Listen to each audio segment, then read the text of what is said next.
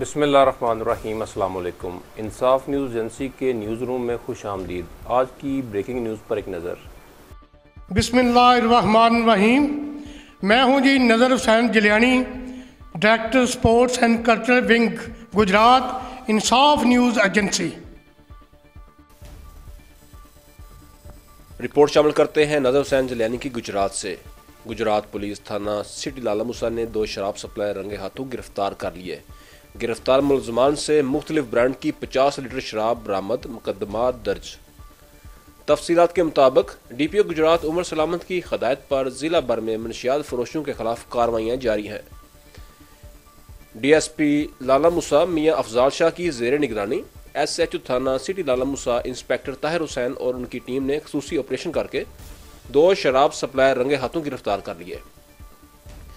गिरफ्तार मुलजमान में जलील और मुरकस जावेद सकनाए लाला मूसा शामिल हैं, जिनके कब्जा से मुख्तलिफ ब्रांड्स की 50 लीटर शराब बरामद हुई। मुलजमान के खिलाफ थाना सिटी लाला मूसा में मुकदमा दर्ज करके मजीद तफ्तीश शुरू कर दी गई है।